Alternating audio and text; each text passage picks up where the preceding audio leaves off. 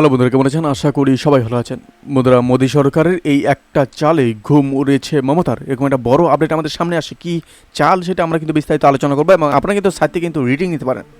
বন্ধুরা, আবাস যোজনা 100 দিনের কাজের টাকা আগেই বন্ধ হয়েছিল। এবার পশ্চিমবঙ্গে সমগ্র শিক্ষা অভিযানেও টাকা বন্ধ করে দিল মোদী সরকার, আর তাতেই মাথায় হাত নবান্নের।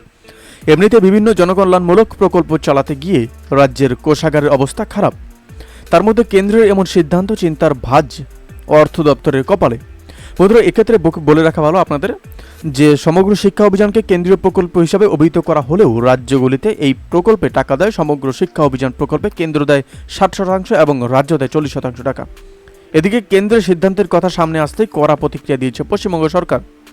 কেন্দ্রীয় শিক্ষামন্ত্রক সম্প্রতি রাজ্যকে সাফ জানিয়ে দিয়েছেন, পিএমশ্রী চুক্তি না করলে সমগ্র শিক্ষা অভিযানের টাকা দেওয়া হবে না। কেন্দ্রের এই পদক্ষেপে এবার চিন্তায় নবান্ন। কেন্দ্রের এই টাকা চেয়ে চিঠি দিয়েছে রাজ্য। একই সঙ্গে নবান্নের সাফ দাবি, কেন্দ্রের যুক্তি অসাংবিধানিক। এইভাবে কোনো কারণ ছাড়া উদ্ভট যুক্তি দেখিয়ে টাকা বন্ধ করে দেওয়া যায় না। এই প্রকল্পের সঙ্গে ওতপ্রোতভাবে জড়িয়ে রয়েছে লক্ষ লক্ষ শিক্ষার্থী। এভাবেই রাতারাতি টাকা বন্ধ করে দিলে ব্যাপক সমস্যার সৃষ্টি হবে। নারী নির্যাতন অভিযোগে শীর্ষে যোগী রাজ্যের উত্তরপ্রদেশ, অপেক্ষাকৃত নিরাপদ বাংলার মমতার বাংলা। কয়েক মাস আগে শিক্ষামন্ত্রী ব্রাত্য বসু জানিয়েছিলেন যে কেন্দ্র সরকার রাজ্যের জন্য সর্বশিক্ষা অভিযানের টাকা পাঠায়। কী কারণে সেই টাকা পাঠানো হয়নি তা নিয়েও মুখ খোলেননি তিনি।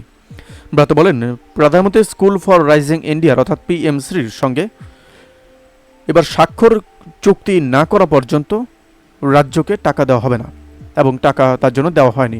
বন্ধুরা, এই আপডেট প্রসঙ্গে আপনাদের কি মতামত অবশ্যই আমাদের কমেন্ট করে জানাতে ভুলবেন না। ভালো থাকবেন, সুস্থ থাকবেন। ধন্যবাদ। দেখা হচ্ছে নতুন একটি ভিডিওতে।